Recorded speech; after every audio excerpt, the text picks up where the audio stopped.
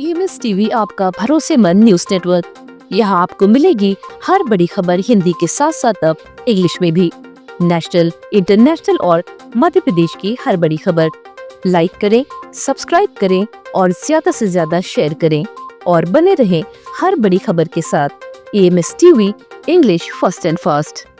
नमस्कार, आप देख रहे हैं EMS टीवी और मैं हूं आपके साथ कंचन। आई नजर डालते हैं बालाघाट की कुछ खास खबरों पर और सबसे पहले बात करते हैं आज की न्यूज हेडलाइंस की। धान खरीदी में नियमों की खुलेआम अनदेखी। फिल्टर प्लांट और पानी टंकियों का नगरपालिका अध्यक्ष ने लिया जायजा।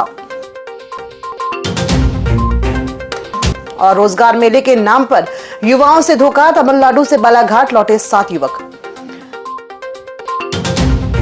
आइए अब बढ़ते हैं खबरों की ओर। मध्य प्रदेश में समर्थन मूल्य पर धान खरीदी शासन के नियमों के तहत की जा रही है, लेकिन बालाघाट जिले के वारा सिवनी क्षेत्र स्थित सेवा सहकारी समिति मेंढकी के धान उपार्जन केंद्र में नियमों की खुलेआम अनदेखी सामने आई है।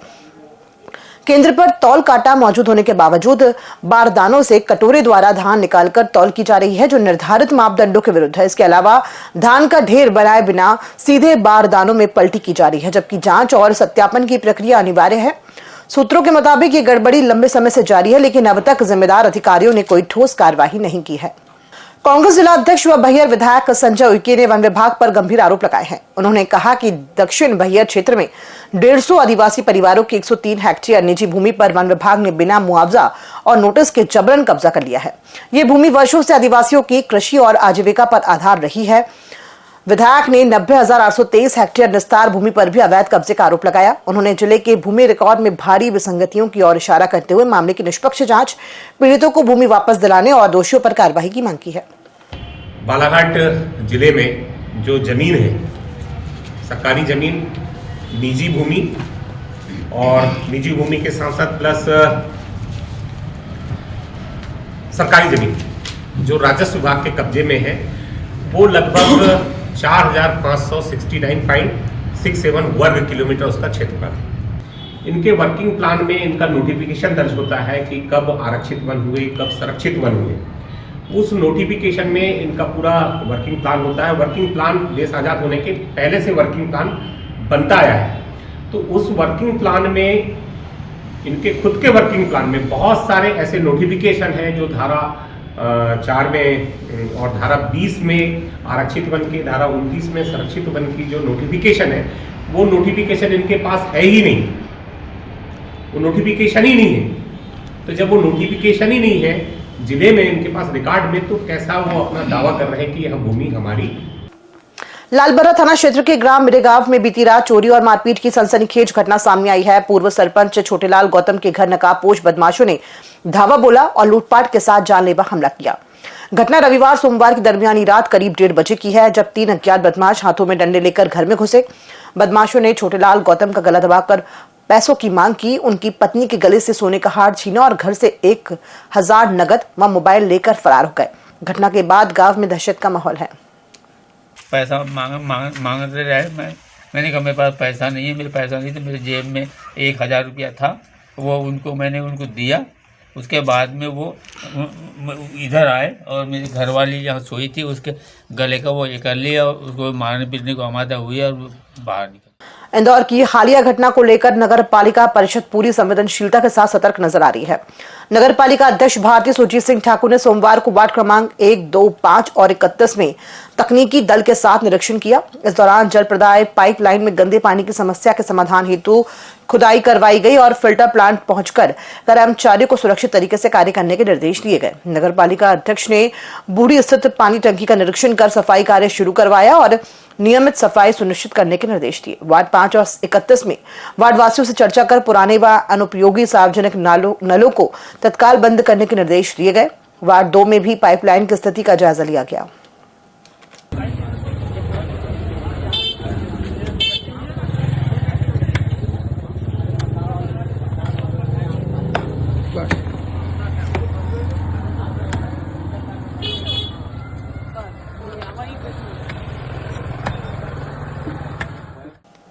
बालाघाट जिले में रोजगार मेले के नाम पर युवाओं के साथ ठगी का मामला सामने आया है। शिक्षित बेरोजगार युवाओं को प्रतिष्ठित कंपनियों में नौकरी दिलाने का भरोसा देकर उनका चयन किसी और कंपनी के नाम से किया गया, लेकिन वास्तविकता में उन्हें तमिलनाडु की दूसरी कंपनी में भेज दिया गया है। ऐसे ही पीड़ित 7 युवक सोमवार को तमिलनाडु से बालाघाट लौटे, जिन्होंने अपनी आपबीती साझा की।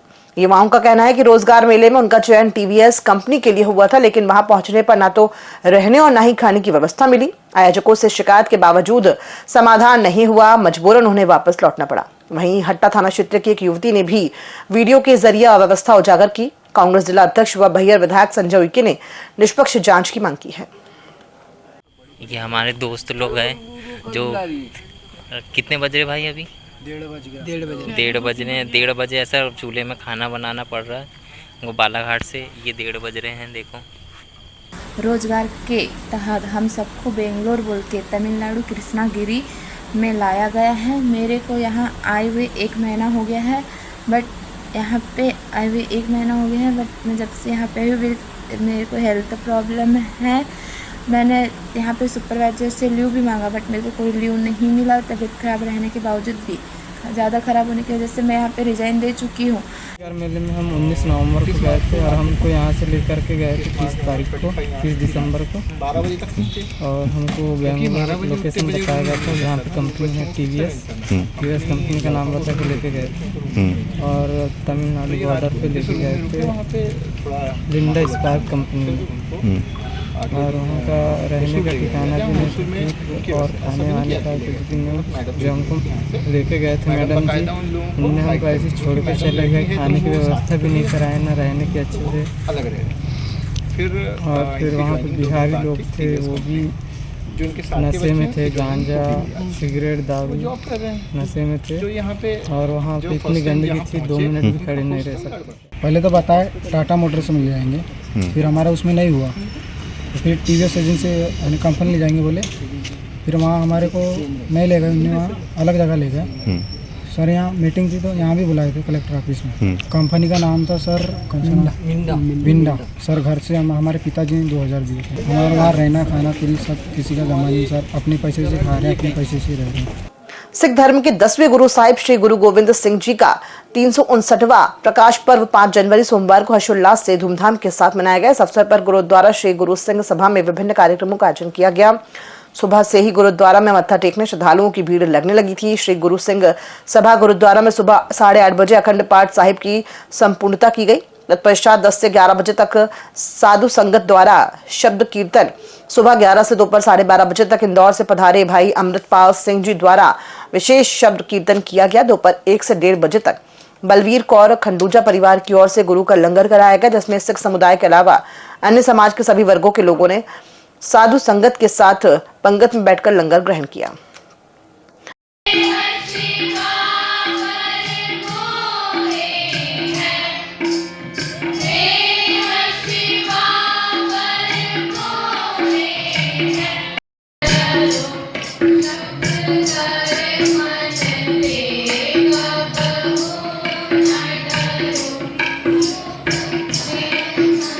क्षेत्र के ग्राम मेरेगांव में सोमवार को देश की प्रथम महिला शिक्षिका और महान समाज सुधारक माता सावित्रीबाई फुले की 195वीं जयंती हर्षोल्लास के साथ मनाई गई। मरार माली समाज ग्राम मेरेगांव और समस्त ग्राम वासियों के संयुक्त तत्वाधान में आयोजित इस कार्यक्रम में सामाजिक एकता और शिक्षा के महत्व पर बल दिया गया। कार्यक्रम का आयोजन गांव के आखर चौक में दोपहर 1 बजे से किया गया। समारोह की शुरुआत माता सावित्रीबाई फुले व ज्योतिबा फुले के छायाचित्र पर माल्यार्पण और दीप प्रज्वलन के साथ हुई। इस अवसर पर जय ज्योति जय क्रांति के नारों से पूरा परिसर गुंजायमान रहा। चरेगांव अंतर्गत ग्राम भालेवाड़ा में आयोजित श्री रामचरितमानस और श्रीमद् भागवत पुराण कथा के शुभारंभ के साथ ही पूरा गांव भक्ति रस में सराबोर हो गया।